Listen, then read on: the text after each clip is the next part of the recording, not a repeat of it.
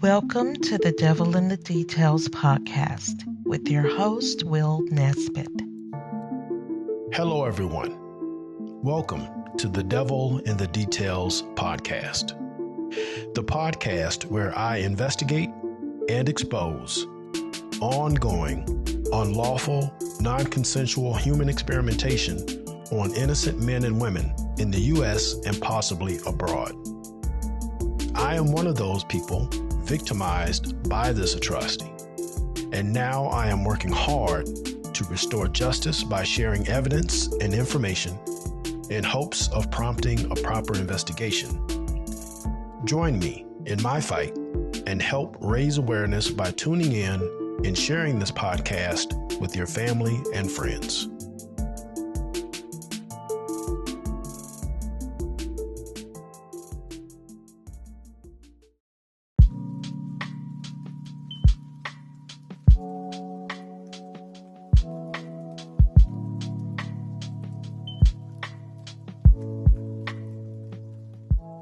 Hello, and welcome to another episode of the Devil in the Details podcast.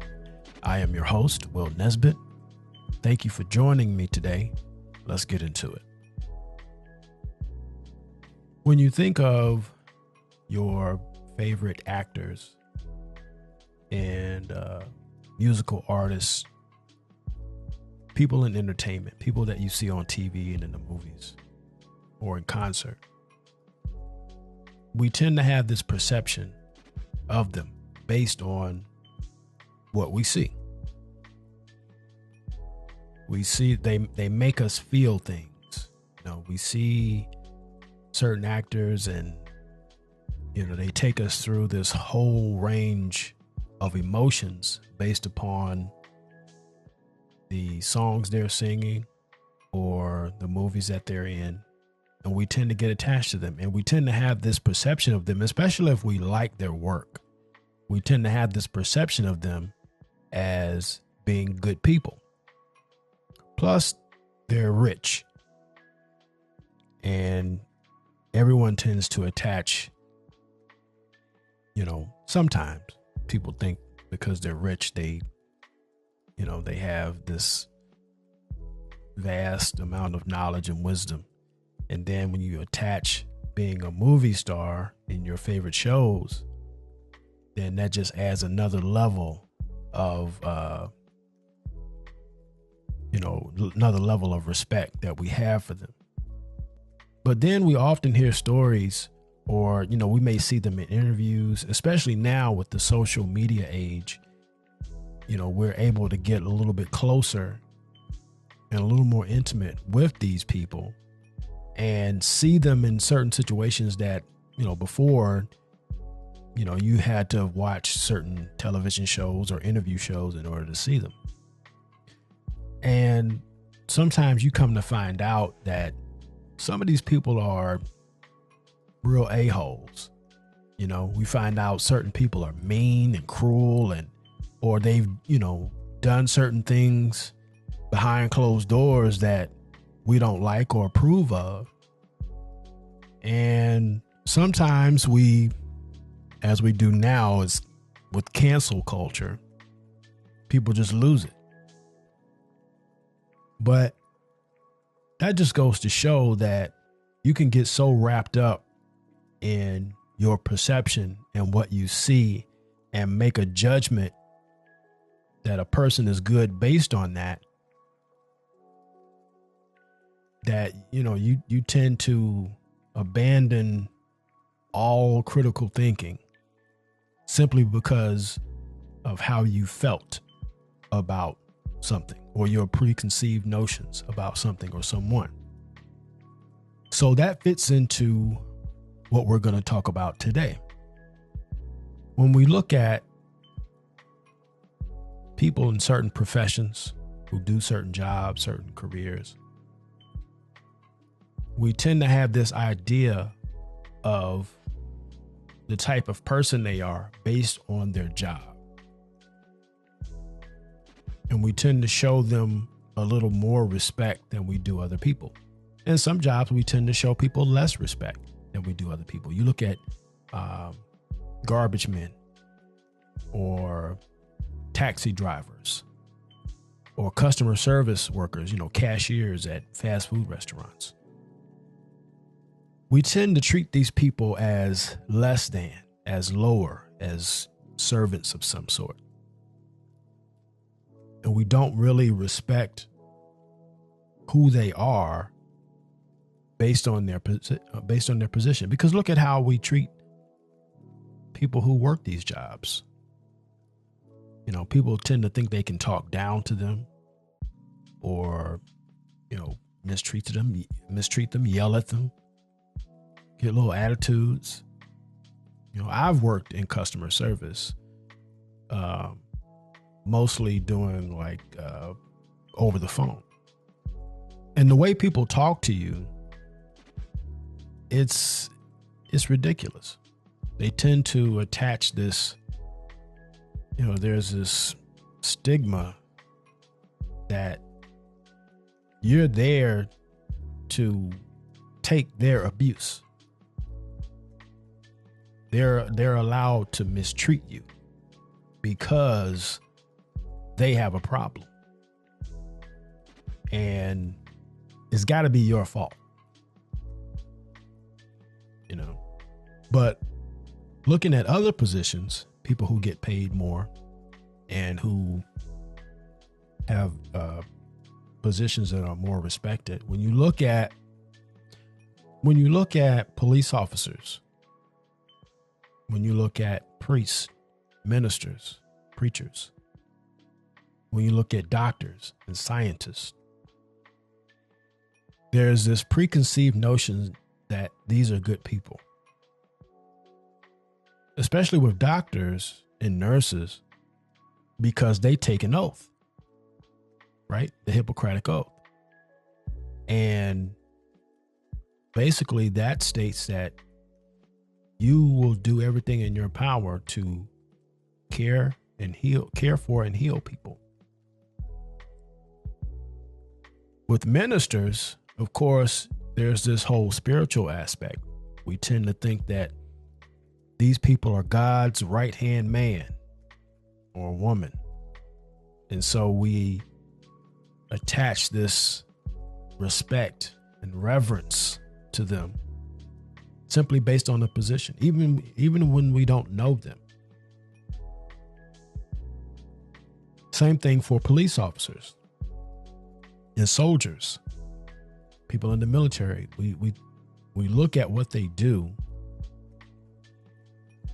when they wear a uniform and they have this badge and they take this oath to protect the people and the Constitution, and they're there to protect and serve. All of these slogans that surround what they do. And we tend to believe they're good people until they show us otherwise. And even sometimes then we give them a pass because of their job. And we see the news. We see what happens with police officers and how they tend to treat certain types of people more often than not. And then other little situations that they get into. And they can hide behind this blue wall, which is really, you have in front of that blue wall is the public perception of who they are and who they think they are. So they're protected, and we give them a pass when they hurt people, when they kill innocent people, when they abuse people, when they commit fraud, because we think if they did that, first thing we think is, well, what did the other person do? Or they must have deserved it.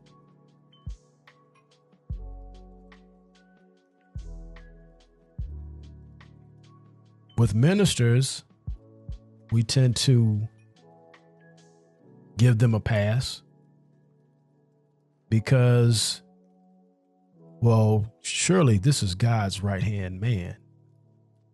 And they said God told them to do this, so surely it's okay, right? And the more religious you are, the more likely you are to believe that. Even when you see evidence that points to the contrary, that tells you and shows you that this is not a good person, you will still give them the benefit of the doubt and still support them. For this particular episode and this whole series, what we look at are doctors and researchers who abuse people, defraud people, lie to people in order to experiment on them, causing great harm in the process and being able to get away with it. Today, we're going to be looking at the two biases and the role that these biases play in allowing researchers and doctors to get away with committing experiments without a patient's consent and get away with it. Today, we will continue our series titled When Human Experimentation is Criminal. In the first episode, we went through, it was an introduction where we kind of gave a little overview, and I encourage you to go back and listen to that or watch that episode. And also, there's a copy of the article that we're reviewing. You look in the link, but look in the description below, you'll see a link to where you can download that. And if you're just getting caught up, we're looking at an article, a law article, titled When Human Experimentation is Criminal, written by L. Song Richardson, a law professor at UC Irvine. And in this article, she explores the criminality of non-consensual human experimentation, and we examine how researchers and doctors are able to get away with this. Because when you look at what happens if someone is injected with some substance, or if they have certain parts of them removed or certain things added to them, to their body,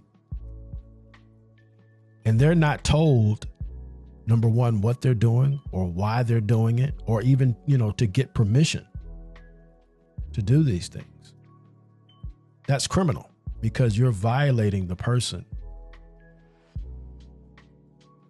And a lot of times these things can have consequences that can cause serious injury or even death.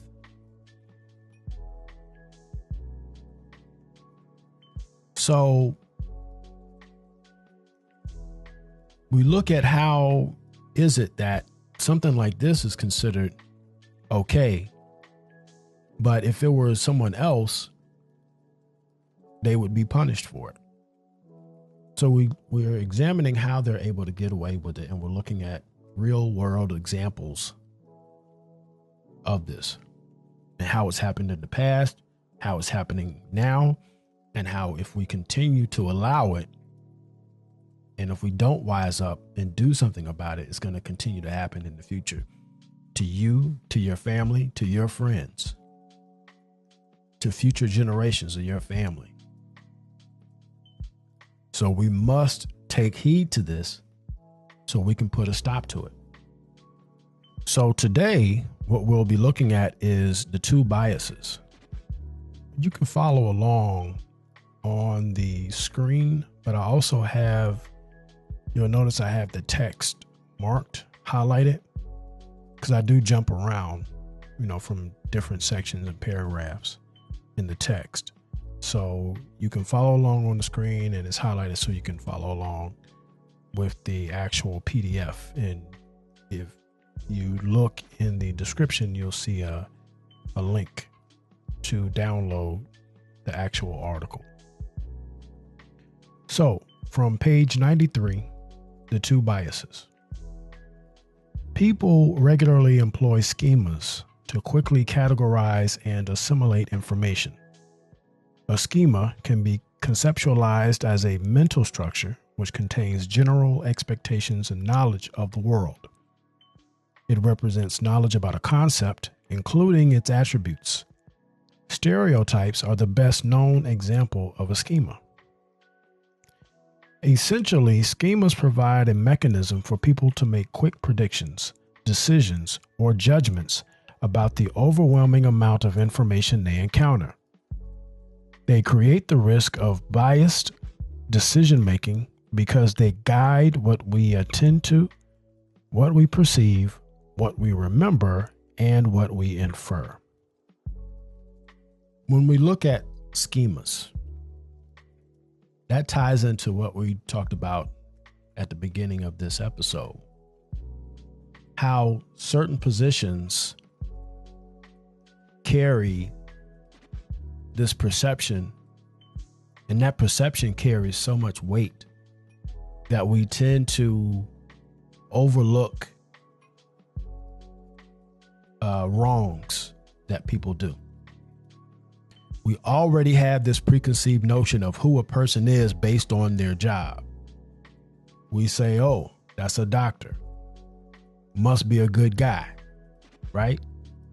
He saves lives. He may even do things in the community. But he's a doctor. And if he did do these things that he did, he must have had a reason for it. Right? So when we talk about schemas, we're basically looking at, we tend to put people in boxes. Right? When we're getting to know someone and we find out what they do for work, that's one of the first questions we always ask, isn't it? When we meet someone new. Oh, hey, how you doing? I'm so-and-so, I'm this, I'm that. Okay, well, what do you do? Then once we find out what they do, what type of job they have, we instantly put them into this box. Good person, bad person. Smart person, not so smart person. Intelligent, not so intelligent. Better than me, not better than me.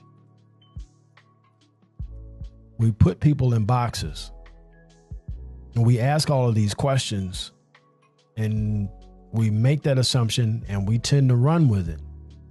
That's why they always talk about first impressions, because once we get an impression in our minds about who a person is or the type of person that we think that they are, we tend to hold on to that. And it's very difficult to change it, especially if you're not a thinking person. If you tend to just be like, okay, well, that's who they are. I know for me, I know plenty of instances where I've seen someone or heard of them or met them and didn't like them just based on a feeling I had or just certain things that I knew from the beginning, or, just the little information that I had, just did not like them. And they did not like me. And, we spent a time just kind of avoiding each other until you get more information. You maybe hear something or maybe talk to them and start thinking, damn, they all right. I've had, a couple of people who became really good friends who in the beginning, we just couldn't stand each other, and for no good reason. It was no good reason. It wasn't anything we did to each other or said to each other. You just had this feeling and you did not like them. And then you turn out to be the best of friends once you get to know each other. That just goes to show that we tend to react based on our own preconceived notions of what we think. We rarely take the time to examine a person or a situation or a thing and get more information to be able to make a more informed decision about them. So that's basically what schemas is. It's a box. And we put people in these boxes a lot of times based on their jobs. And so that's how doctors and scientists and researchers are able to get a pass, because they exist in everyone's mind in this box. Starting from page 95. Idealization bias. Doctors are revered as nearly godlike. Role schemas, as the name suggests, help people decide what conduct to expect from those in certain roles. Generally, people do not expect criminal behavior from a doctor, despite substantial documentation of the commercialization of science and medicine and the incentives this creates for misconduct. Instead, doctors are often placed on a pedestal. They are perceived as healers and altruistic, honest actors who toil tirelessly for the betterment of mankind.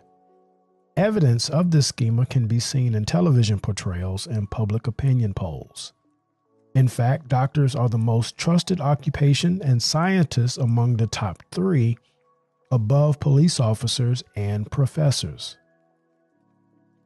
The role schema applied to doctors and researchers creates the risk of an idealization bias. This bias may affect how the acts of researchers are judged. Individuals may interpret the culpable acts of researchers as innocent mistakes or at most negligence, rather than as criminal.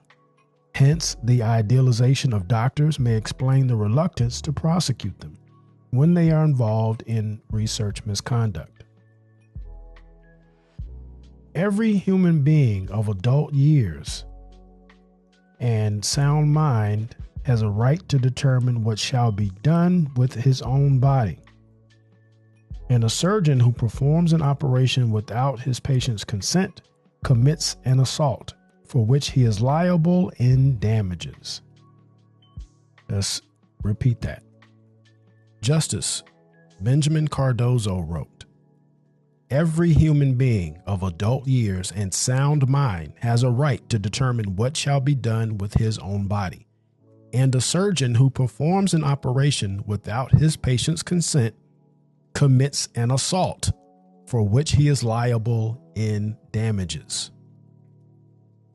This quote from Justice Cardozo, his name was Benjamin Cardozo, and that is from a 1914 case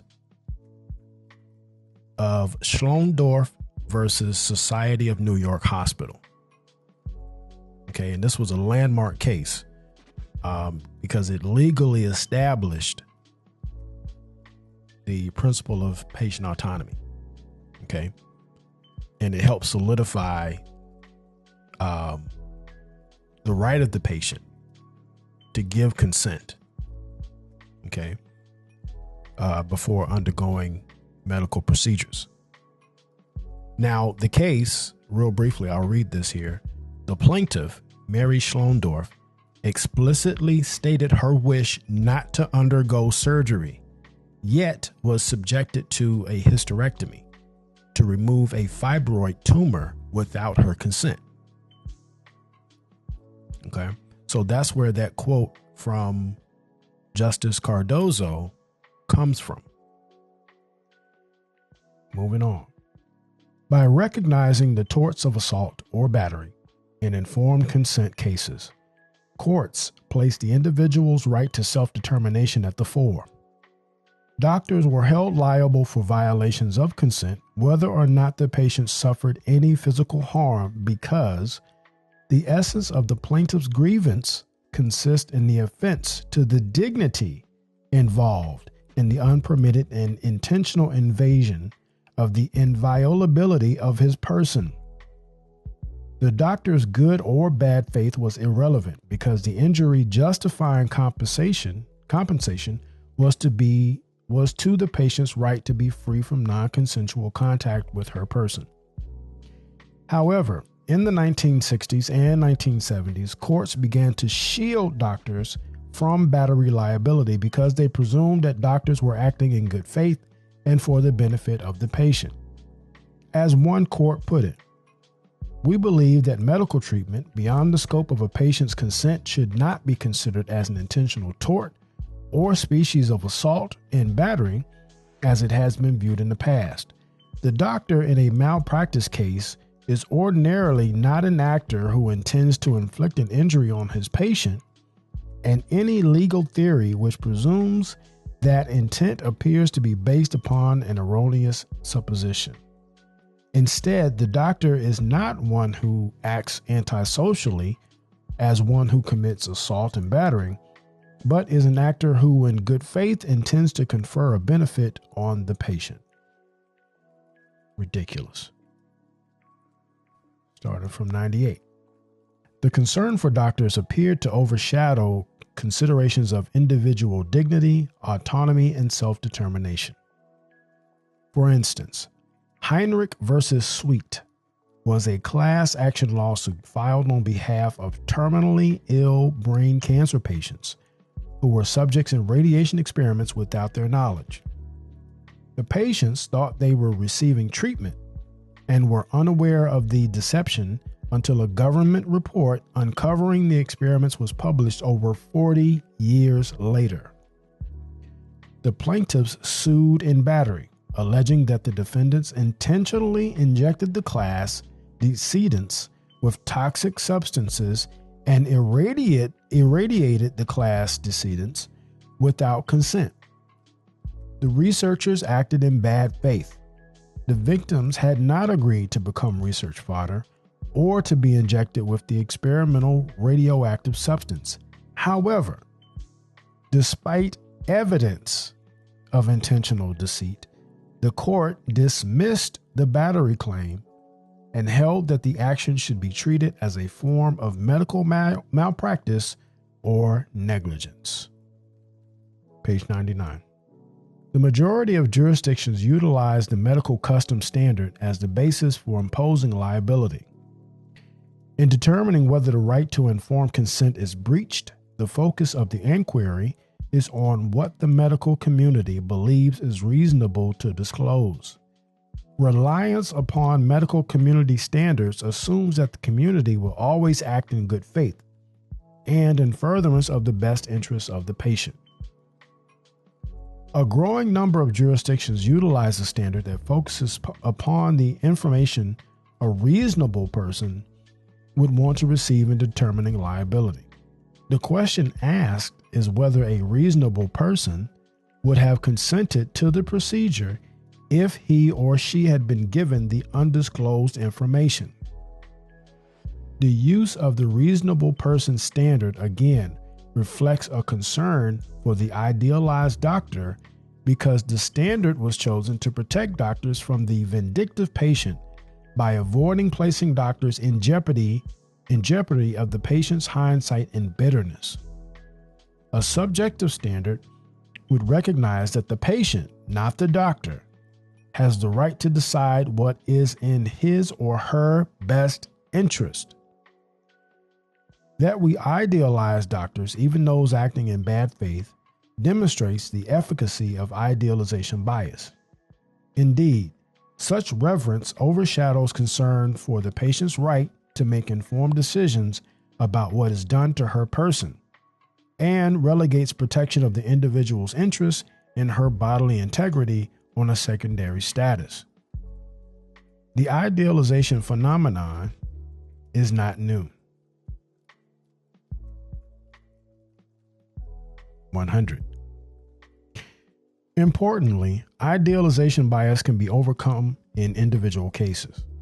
After all, some doctors are prosecuted for criminal conduct. However, when these prosecutions occur, there is usually an explanation for why the role schema was conquered. In some cases, the person's role as a doctor was merely coincidental to the conduct. In others, alternative schemas were more salient. For example, the so-called war on drugs likely primes prosecutors and law enforcement to be ever vigilant for evidence of improper drug distribution. Hence, doctors are prosecuted for allegedly improperly prescribing narcotic painkillers to patients. In these cases, the power of the war on drugs prime can explain the ascendance of the drug dealer schema over the doctor schema. In sum, when doctors are prosecuted, it appears that alternative schemas are more salient and thus defeat idealization bias. We don't look at doctors as being criminals. Most of the time, they can do no wrong.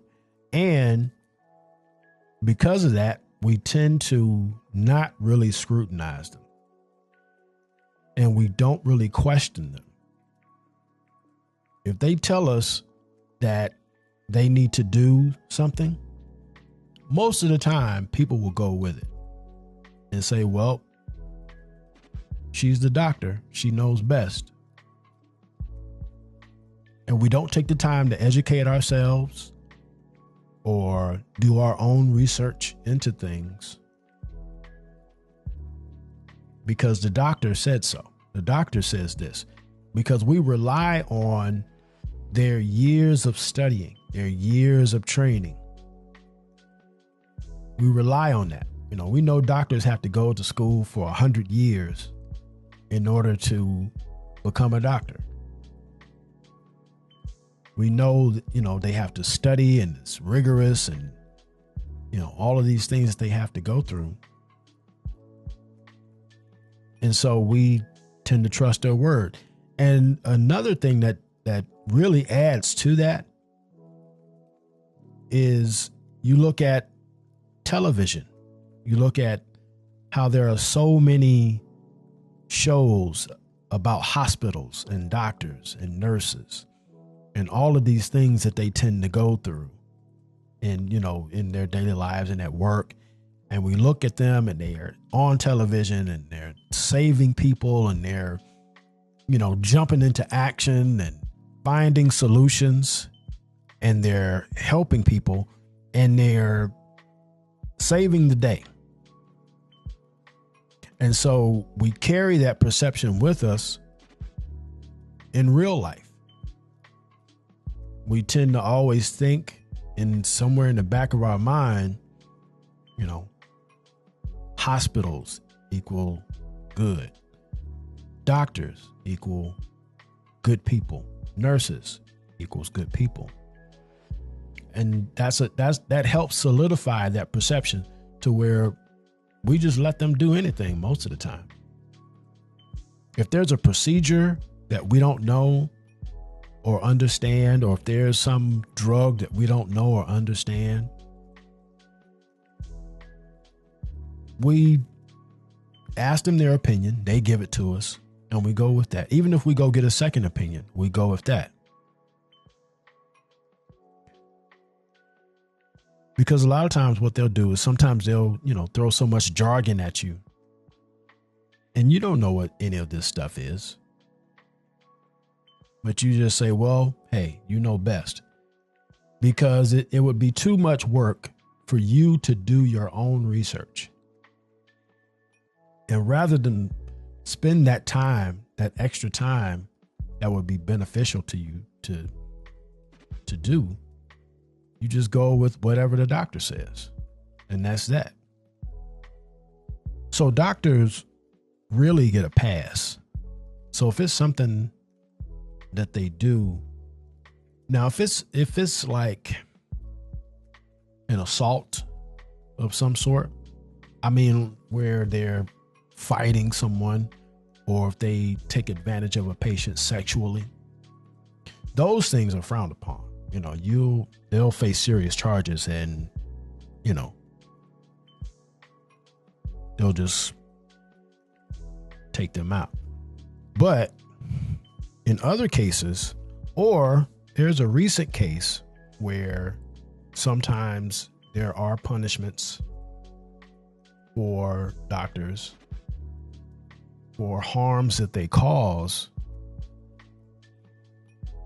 But this one is malicious in nature.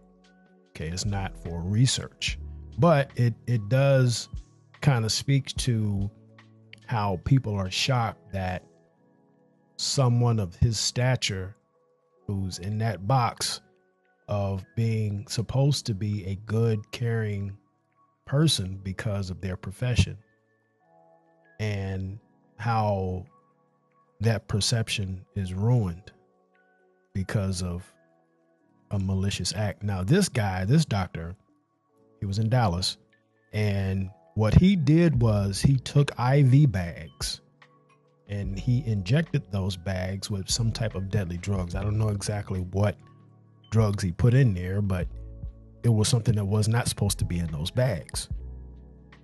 And he injected these bags, and there were several people who experienced some serious complications due to that in the hospitals where these bags were used. One of his colleagues, a doctor, died from using one of those IV bags at home. Now, according to the news report, what he did this because he was facing disciplinary actions for some sort of malpractice that occurred because of him. And he wanted the hospital and other doctors to look bad. And this was all caught on camera, him injecting these bags. Okay. And most recently, I think it was maybe last week sometime, he was sentenced to 190 years in prison because of that. So this is a prime example of people using their power and using those perceptions to get away, or to try to get away with committing crimes like this. Now, had this not been caught on camera, I don't think it would have gone this way. It would have been much harder to prove who did it, where it came from. Not to say that they wouldn't have solved it, but it's less likely that they would have had they not gotten that caught on camera. You know, had they not caught that on camera. So it's important that we remember cases like this and apply this same type of pressure when it comes to secret experiments. Because something like this, number one, a fellow doctor lost their life, right? And the reason it was done, no one benefited from this. Okay? No one benefited from the harm that he caused. Now, let's take this same situation and let's say this was done for research purposes, right? Let's say it had not been caught on camera. And let's say he was doing it to see the effects of some new type of IV bag, just to see, what would happen. would he have experienced the same punishment? Would he have experienced the same punishment if other hospitals or, the company that makes the IV bags or some other organization or government agency would benefit from the results of his experiment? If he was taking the information, documenting it, taking that data, putting it all together, coming up with some sort of new advancement, would he have received the same sentence? Would he have received the same punishment? Even if people were harmed, even if people would have died, if there had been money in that, I can almost guarantee you he would not have experienced the same punishment. This wouldn't have made the news. That video would have been suppressed or lost if it would have even gone to court. Regardless of if another doctor died or a patient died or, someone was seriously harmed, I do not believe that this would have had the same effect. So doctors, unless it's something that's, sexual assault or physical assault where they're beating someone or they, stab someone and shoot them or something like that, those things tend to get prosecuted. But when it comes to experimentation, where they make an incision, and, language plays a huge part. If a doctor comes into, if a doctor goes to a patient or a person and takes a knife, kitchen knife, a butcher knife, stabs this person, right? And kills them, that's going to be considered, assault, battery, and they'll get prosecuted because it just makes no sense, right? But if they take a scalpel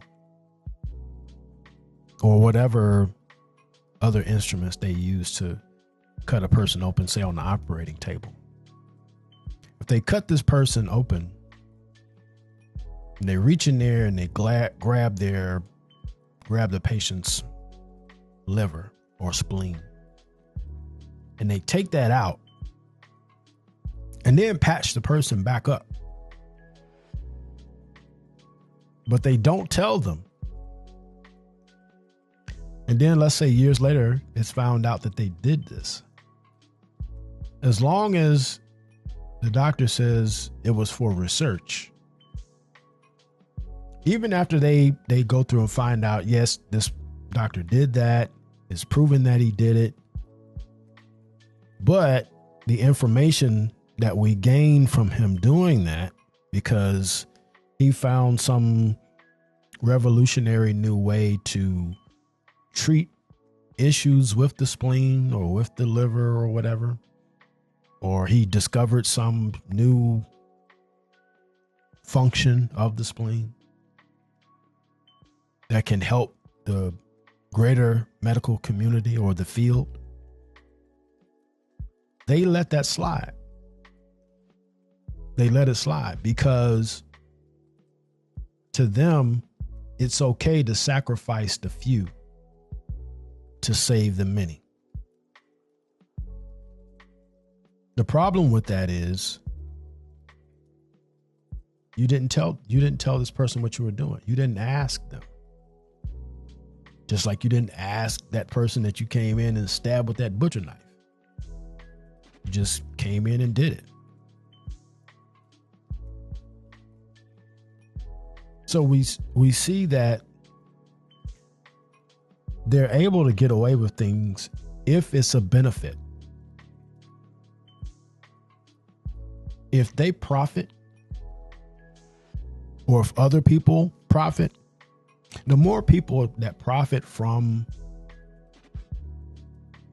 these experiments, the more likely it is that that doctor is going to get a pass. If it benefits the wider community, they're going to get a pass. If it just benefits them, then it's likely to not really go anywhere, right? You take a person's liver or any other organ and you sell it and you make a, few $1,000s for you, and you just go off spending it however you want, all willy-nilly. That's one thing. You may get away with it, you may not.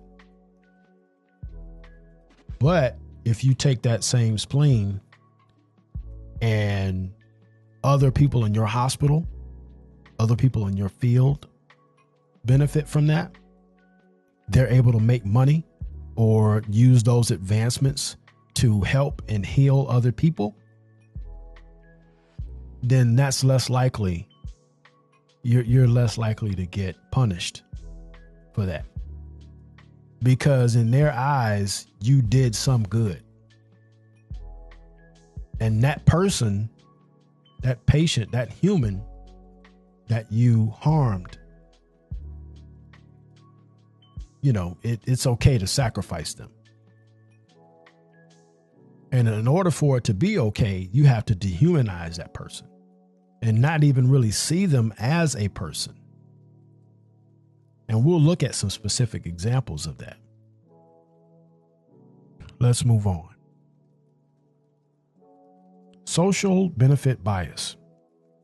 Another explanation for the failure to prosecute culpable researchers is that they are engaged in socially beneficial research. Researchers perform a service that society believes is worthy, beneficial, and important. Generally, our society accepts the practice of human subject research, despite the fact that serious injury and death can result, because it may lead to cures or treatments for devastating diseases.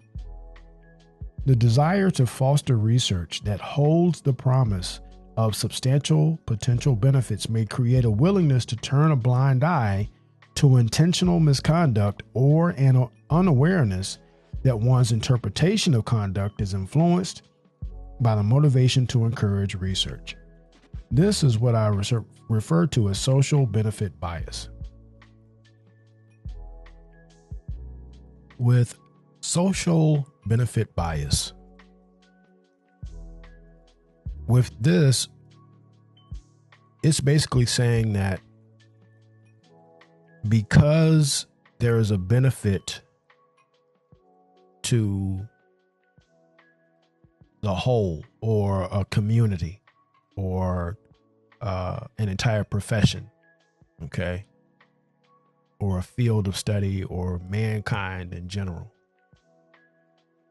because what's done benefits the majority of people, we tend to give that act that helped with that a pass. Okay. So because the experiment and the information and what they've learned from that, because it's helpful and because it could possibly save lives, then it's considered really okay. When you look at all of the experiments that have been performed on people without their knowledge, without their consent, and you look at the information that was gained from it,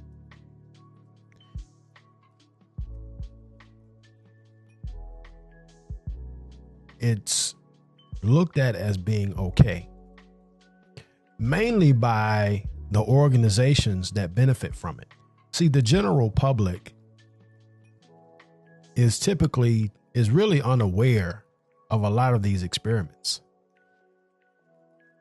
You rarely, if ever, see these types of things on the news.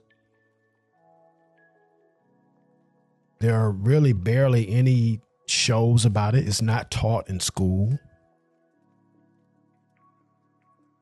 These types of things are not publicized. And the reason being is because if more people knew about these types of experiments, then there would be more outrage. And then there would be more of a push to hold researchers accountable. There would be more of a push to hold government agencies accountable. So that's why this type of information is suppressed. The few episodes I've done on certain radiation experiments that were performed, years ago in the 1930s, 40s, 50s, when people learn the details of these experiments, they are completely shocked, completely surprised, never knew anything like this happened. And when they do find out, their reaction is always, well, how could something like this happen? How could it go on?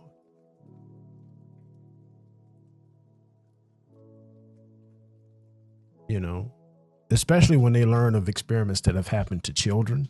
And there are plenty more that have yet to be touched on this podcast or even discovered in general.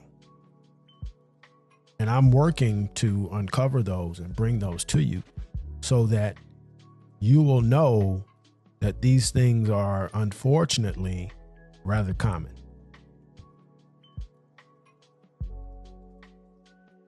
But again, because the medical community deems it okay, and they feel that hurting someone, stealing their organs, their tissue, and performing dangerous, harmful procedures on them, they feel that that is okay because of the information and the advancement that it brings about. Okay, let's move on. Social cognition research establishes that an individual's motivations can play a significant role in determining which concepts, beliefs, and rules we apply to a judgment. We may be especially likely to apply those that are congruent with our goals. The failure to punish culpable researchers may stem from fear that punishment would stymie medical research that we are motivated to promote. Perhaps the best example of social benefit bias and its close relationship to idealization bias is Moore versus Regents of the University of California, a case involving surreptitious research. Mr. Moore had a rare and deadly cancer known as hairy cell leukemia in his spleen. He sought treatment from Dr. David Gold, a prominent cancer specialist at the UCLA Medical Center. He gave Dr. Gold permission to conduct a splenectomy, the surgical removal of his spleen, to treat his leukemia. After the successful procedure, Moore moved to Seattle. When Dr. Gold asked Moore to return for follow-up treatments, Moore was not suspicious. For the next 7 years, Moore dutifully flew from Seattle to California every few months and underwent sometimes painful medical procedures that included withdrawing samples of blood, skin, bone marrow aspirate, and sperm. He made the trek because Dr. Gold asserted that the procedures were medically necessary and that only he could perform them. Neither assertion was true. What Moore did not know was that prior to his surgery, Dr. Gold had developed research and financial interest in Moore's cells. The procedures Dr. Gold performed after the successful surgery had nothing to do with treating Moore's leukemia, which was in remission. Instead, Dr. Gold was actively conducting research on Moore's cells solely for financial gain and commercial advantage.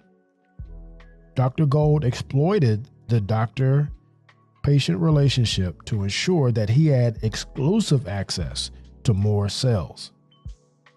When Moore specifically asked Dr. Gold whether there was any possible research interest or financial benefit in his bodily substances, Dr. Gold repeatedly told him no and actively discouraged any such inquiries.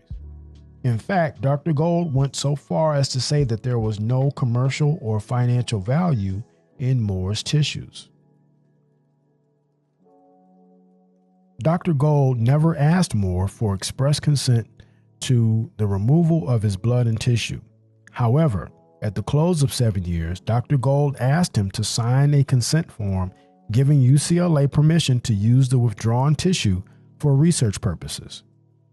Dr. Gold presented the consent form as a mere formality and Moore signed. However, Moore became suspicious when, after he later declined to sign a similar consent form, Dr. Gold offered to pay for his airfare and accommodations at a ritzy Beverly Hills hotel. Moore hired a lawyer. During his investigation, the lawyer discovered that Dr. Gold had obtained a patent on the cell line developed from Moore's cells. He learned that Dr. Gold had a contract with a biotechnology company that gave Dr. Gold stocks in financing worth more than $3.5 million to commercially develop and scientifically investigate the cell line. The market value of the cell line was predicted to reach $3 billion. Upon learning of the deception, Moore said that he felt violated for dollars, invaded, and raped. Moore sued Dr. Gold for conversion. His lawsuit was dismissed by the trial court, reinstated by the Court of Appeals, and finally made its way to the California Supreme Court. Over strongly worded dissents, the majority refused to extend conversion liability to Moore's situation. It acknowledged that the tort of conversion would protect individual autonomy. However, the court decided against extending the theory to the medical research context because recognition would create disincentives to the conduct of socially beneficial research that was of importance to all society. In so holding, the court touted protection of innocent researchers, despite the fact that Dr. Gold was not an innocent researcher acting in good faith. The entire court agreed that Dr. Gold deliberately failed to obtain consent in order to mine Moore's body for cells in furtherance of Dr. Gold's financial interests. Despite this, the majority's primary concern was to avoid stymieing socially useful conduct. The Moore decision marks an unwillingness to recognize insults to human dignity that result from intentional fraud. What appears to distinguish the Moore case from a typical assault or fraud case customarily subjected to criminal sanction is the potential social benefit of the researcher's conduct and a fear that recognition of Moore's interest will stymie future research.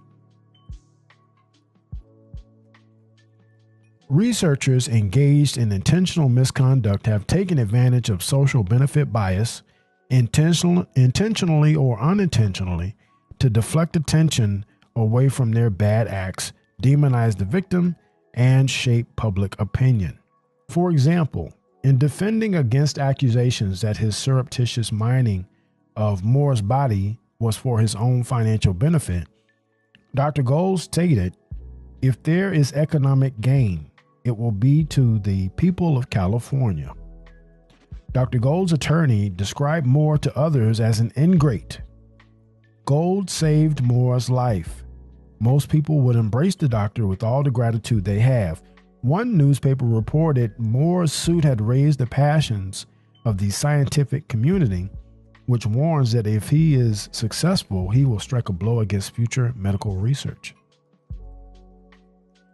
You'll notice that the lawyer for Dr. Gold and the newspaper, you'll notice that they had to vilify Mr. Moore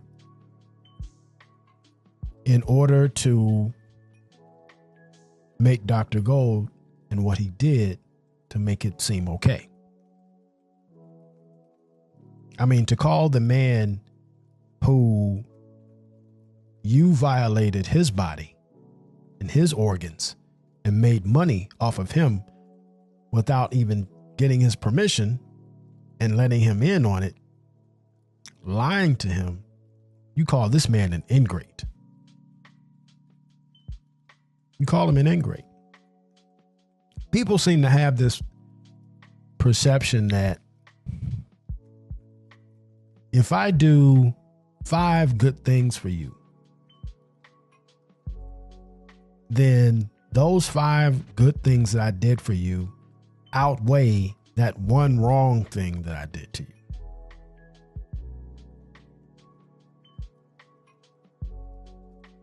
You know, if I help you in these particular ways, if I give you money, if I give you food, if I give you shelter, and do all of these things for you, so what if I slap you every now and then? Does that sound familiar?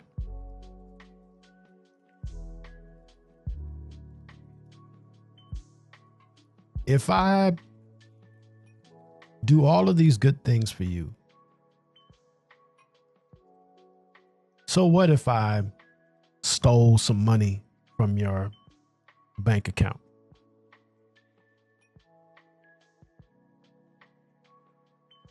If I fixed one issue in the on the operating table as a doctor, if I fixed one issue that you were having,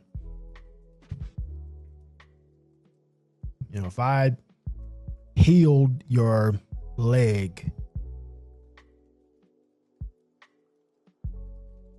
but I took your spleen, so what?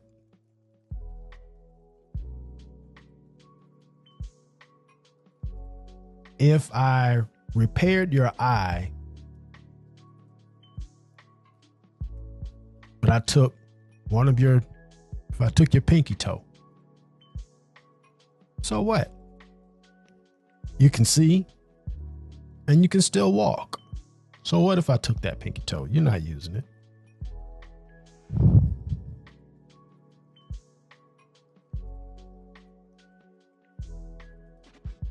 And that's exactly how that newspaper and that attorney for Dr. Gold sounded.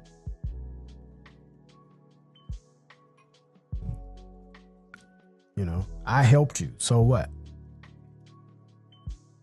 That's how abusive spouses and parents are. I give you these things, so that gives me the right to mistreat you if I want to. One of the biggest ones is, you're in my house. You're in my house. What I say goes. I pay the bills. My name is on the deed. That doesn't give you license to mistreat people. That doesn't give you the right to disrespect people. That doesn't give you the right to hurt and harm people, because they're still a person, whether they're under your roof or not. It's insane to think that way. That's insanity. And that's exactly how researchers do. That's exactly how the government gets away with it. We're the U.S. government. We send our soldiers out there to fight for you. Police officers, we risk our lives every day to protect the people. Okay.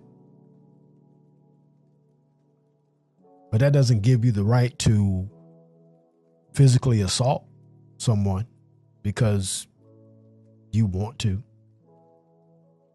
or because you have a badge and a gun. That doesn't give you the right. But people seem to believe that they can get away with certain things based on their position in life, based upon their job. And that's just wrong.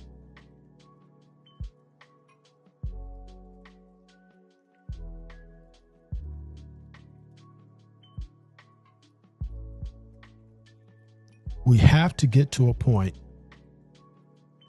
where it is no longer socially acceptable or professionally acceptable. See, it's up to the people, because obviously government agencies and professional associations and organizations, they're not doing their job of policing these people, of enforcing the rules and the laws that are in place to protect people from this very type of thing. And what did I say in the last episode? A law or a rule is only as good as it is enforced. If it's not enforced, then it's just words on paper. We have to get to the point where it's no longer acceptable. And it's up to the people. It's up to us to be able to stand up and say, no, we're not doing this anymore. Because you never know who it can affect. You never know. So we have to constantly be on guard and to let the government know, to let these professional organizations know, you can't do this to people. These doctors and scientists and researchers must be punished. And the victims must be made whole.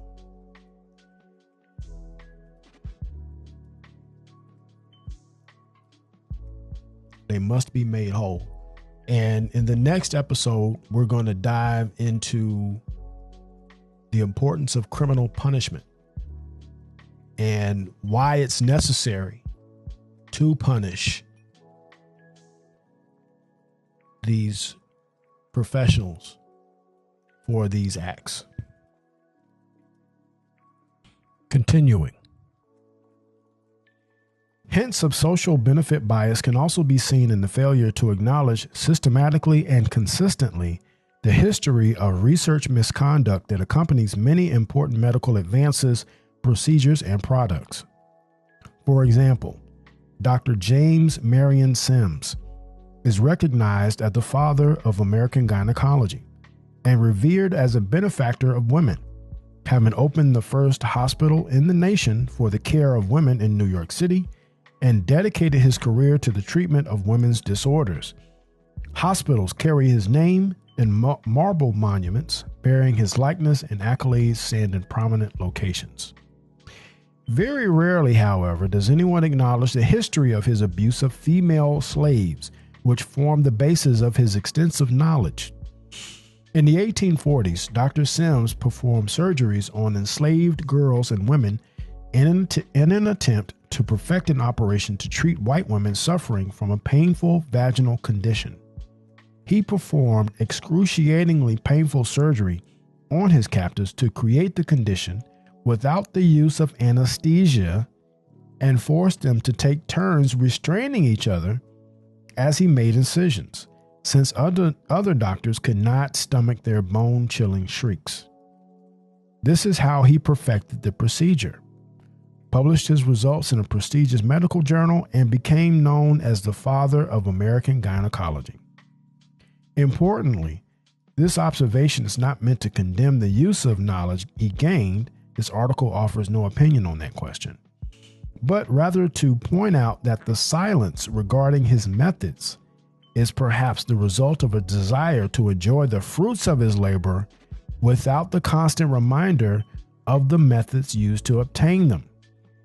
A similar phenomenon is present in the ongoing debate over the morality of utilizing the medical knowledge obtained from the torture of concentration camp victims by the Nazis. In conclusion, both idealization bias and social benefit bias may explain why researchers engaged in misconduct escape punishment. They are not viewed as criminals deserving of punishment.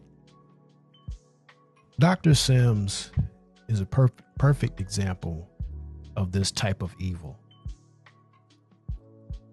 Because these were slave girls, they weren't looked at as being human. Not looked at as being worthy of respect. Not looked at as being worthy of care.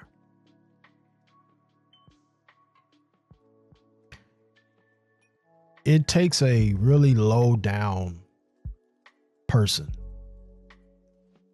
a demented type of evil, to do what he did to these women.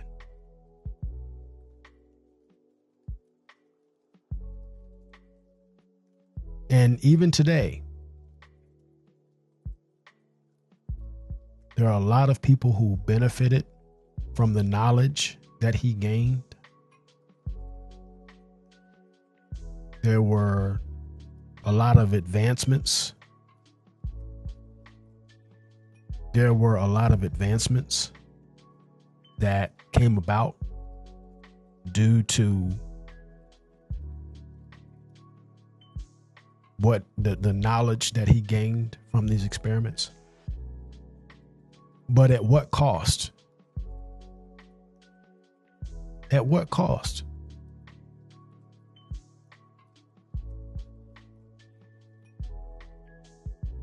Can you imagine the excruciating pain that these girls experienced at the hands of this monster?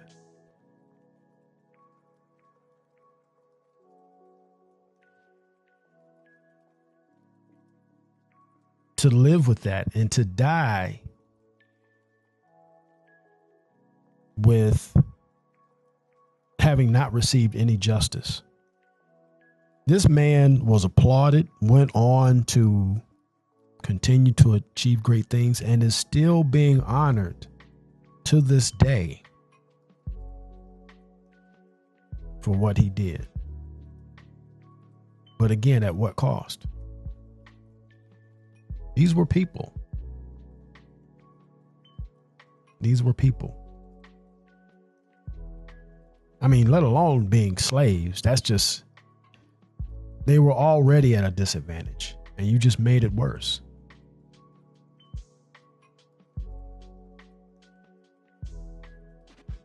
And this continues today, because when you look at the high mortality rate of certain groups, especially Black women, during childbirth, you see that the standard of care is not high for all people, as it should be. It's not high as it should be.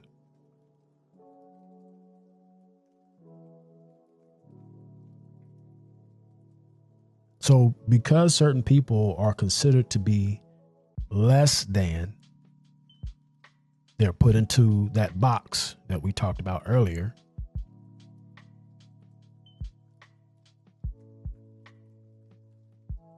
Then these types of things can happen and they can get away with it. And because there are no punishments,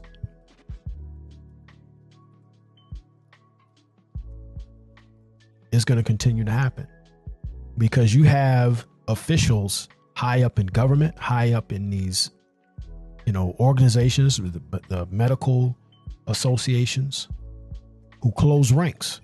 They band together and say, well, we have to protect our own, because if they get punished, we could get punished.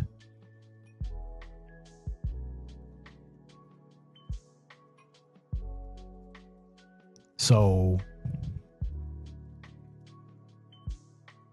it's to their benefit to keep the ranks closed and to avoid any type of prosecution. But they try to spin it and make it seem as though it's for the good of the people. And that's just not the case. It's important that we band together and stand up to this, because it can happen to anyone. And another thing, if his research was so important and if what he was going to be doing was so beneficial to the world, why not perform these experiments on his family or on his friends or on his loved ones? Why not let them go down in history as having aided in the advancement of gynecology, the field of gynecology? Why not do that? I'll tell you why. Because you want to use people that you feel are worth nothing, people that you can throw away, that you feel no one else will care about.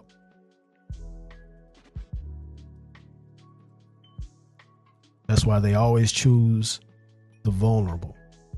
They're going to always choose people that they know or they believe that they can get away with it. That's why when you start talking about secret experiments, people tend to not really believe it, like they don't believe me,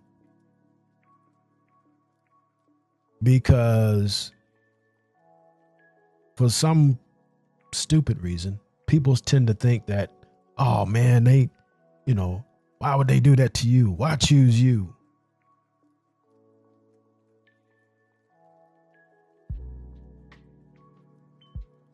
Not thinking.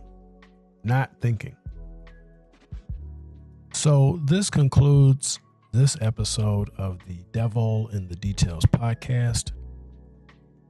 Please stay tuned for the next episode, part 3, where we will discuss the importance of criminal punishment.